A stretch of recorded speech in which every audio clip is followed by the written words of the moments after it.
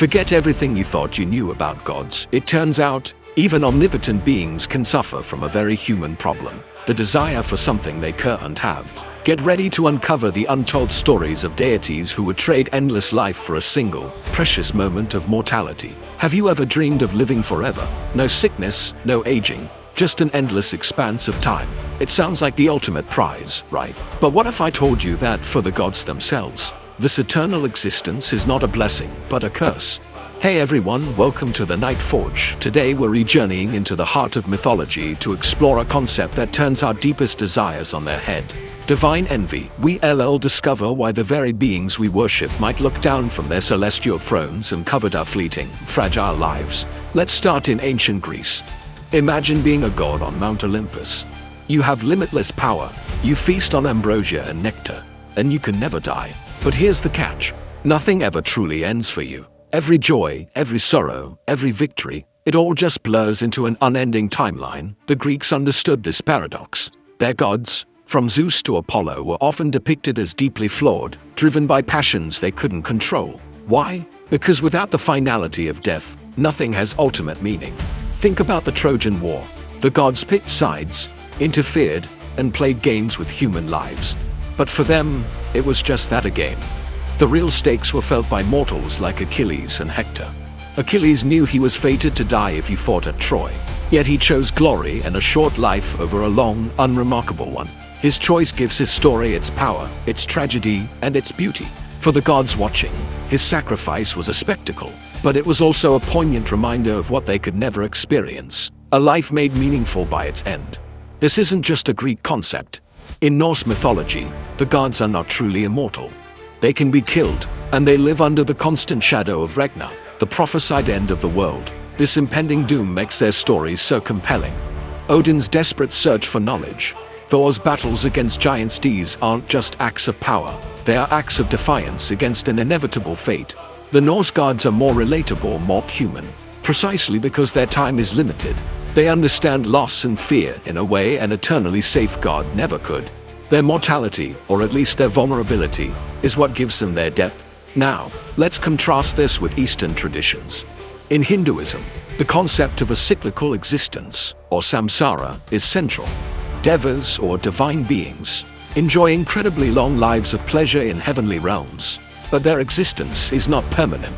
When their good karma runs out, they too can be reborn into lower forms. Even as humans, the ultimate goal isn't to become a god and live forever in a paradise.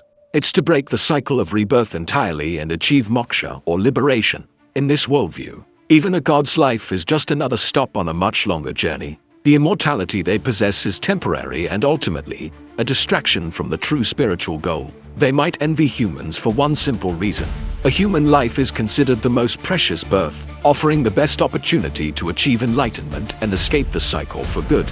This brings us to a fascinating question. What is it about our mortal lives that is so alluring? It's the stakes. Every decision we make matters. The first kiss, the joy of watching a child grow, the pain of a final goodbye.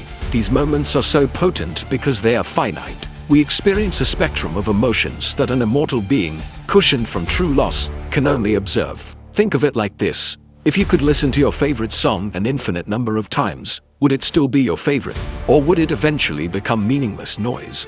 Our mortality is the silent rhythm that gives the song of our life its melody and its meaning. Many stories explore this divine envy directly. Take the myth of Tithonus, a mortal man loved by Eos, the goddess of the dawn. She begged Zeus to grant him eternal life, but she forgot to ask for eternal youth. Tithonus lived forever, but he withered away into a shriveled old man, endlessly babbling, begging for the release of death. Eos, trapped by her wish, was condemned to care for him for eternity. Her gift of immortality became a horrific prison for them both. The story is a powerful warning. A life without end is not a life without suffering. In fact, it might be the ultimate form of it. This theme isn't just confined to ancient myths. It's a powerful undercurrent in modern fantasy and science fiction. Think of the elves in Tolkien's The Lord of the Rings. They are immortal, wise, and beautiful, but they are also weary. They watch the world change, see friends and civilizations rise and fall, and carry the weight of ages. They call mortality the gift of men, a gift they can't have, It allows humans to shape their own destiny and find peace in an ending, while the elves are bound to the fate of the world until its very end. So, if the gods envy our mortality, what does that say about our own quest for longevity? Today, science is pushing the boundaries of human life. We dream of curing aging, of uploading our consciousness, of achieving a kind of digital immortality. But these myths and stories urge us to pause and consider the cost. Are we trying to become the very beings who might trade places with us in a heartbeat? By eliminating death, are we also at risk of eliminating the very things that make life worth living? Urgency, growth, change, and the bittersweet beauty of a fleeting moment. Perhaps the real secret to a good life isn't about how long we live, but how deeply we live. It's about embracing the present, cherishing our relationships, and finding meaning in our finite time. The gods, with all their power, can only look on. They are the audience. We are the actors on the stage. Our lives are the epic stories they wish they could write for themselves. The ultimate irony is that we spend our lives dreaming of a divine existence, while the divine might be dreaming of our humanity. So the next time you look up at the stars and feel small, remember this. Your fleeting, imperfect, beautiful life holds a power and a poignancy that even a god might envy. Your mortality is not a weakness. It's your superpower. It's what makes every sunrise precious and every goodbye meaningful.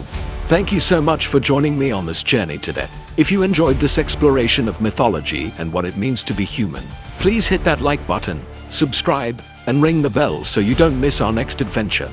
Until next time, live deeply.